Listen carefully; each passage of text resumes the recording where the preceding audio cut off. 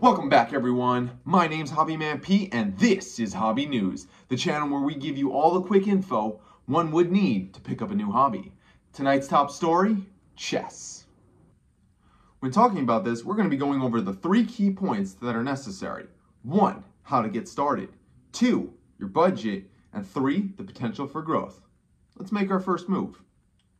Now, before we get started, I just want to let everyone know that this isn't an instructional video on how to play chess effectively, but rather it's getting you to play at all and learning how to develop the hobby even further. Now, the first thing you're going to want to do is identify what kind of person you are.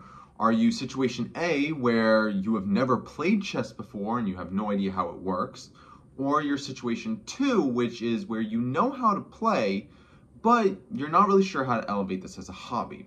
Now, for the first situation, the first thing I would always recommend is that you try and see if you can find someone that will teach you or at least learn to play with you, as playing with other people right off the bat can make it a lot more engaging and informational when you're playing in person and one-on-one, and you're also developing kind of some lasting bonds. But, I understand that not everyone has that kind of fortune where they have people that will necessarily play with them. So for that, I would recommend that you try online. And the reason being is because it's super easy and available everywhere. You can either there's free apps that you can get on the App Store, or you can just use web browsers and type in chess. Now, if you don't, have a device of your own that can work this, well, I know that at a local library, there's computers, and on those computers, you can also try chess that way. So there's definitely a way, even if you don't have your own devices or people to play with. Now, for the other situation where you do know how to play, but you don't know how to elevate it, well, the first step I would say is to just keep practicing, also online.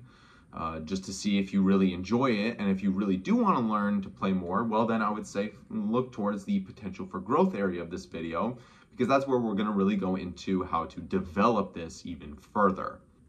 Now, this leads us into talking about the next topic, which is the budget. Now, for which I have great news. It's cheap.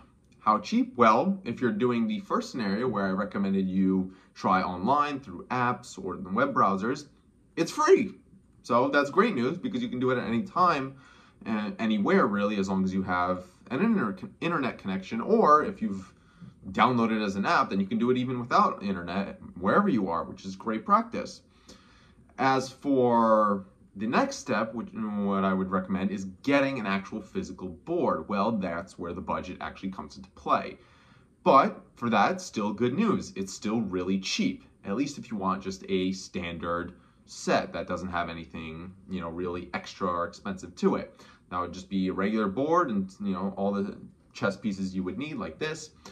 And that's going to run you about $15 to $20 at your local store, be it a Walmart, Target, or just online. It's going to be pretty cheap, which is great. Now, if you are someone that really likes to stand out, there are beautifully designed chess sets out there just for you. Those come with all these different materials that they're made out of, the colors, the designs, whether or not they're magnetic or not, or whether or not they're travel sized. So for those out there that really like customization, there are definitely boards for you out there. But you just have to take into consideration that with all the different features and designs it comes with, then your budget's going to have to increase as well. Now, when it comes to talking about our last key point, that being the potential for growth, there's really a few ways to look at it. Now, if you're a person that really wants to just keep this hobby to themselves, family, and friends, then you absolutely can, and you can just choose to play whenever you want and use this to really develop your sense of strategy for the rest of your life. But if you're someone that's really looking into maybe the competitive side of things and you really want to play against a lot of other people or maybe even tournaments, then I would recommend looking into joining a club. Now, there's 2 situations for that. Either you're in school still or you're not. If you're in school, well, odds are that your school may already have a chess club of its own. And if it doesn't, then if you have the interest and desire, then you can think about even developing one yourself. And a lot of those schools will go to tournaments and, against other schools, and they can really develop themselves. And if you're not in school anymore, or even if you were, you can still look into this other option, which is just local chess clubs.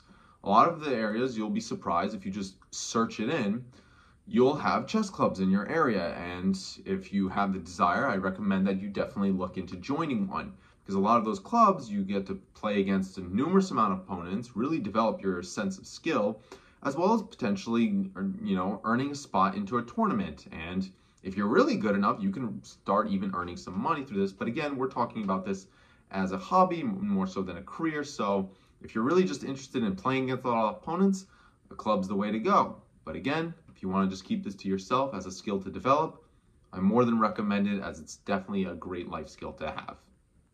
That's all we have for today here at Hobby News. We hope you're able to learn something new, and just maybe, you're ready to make your first move. Be sure to tune in again to see what hobby we cover next, and answer in the comments, what do you do?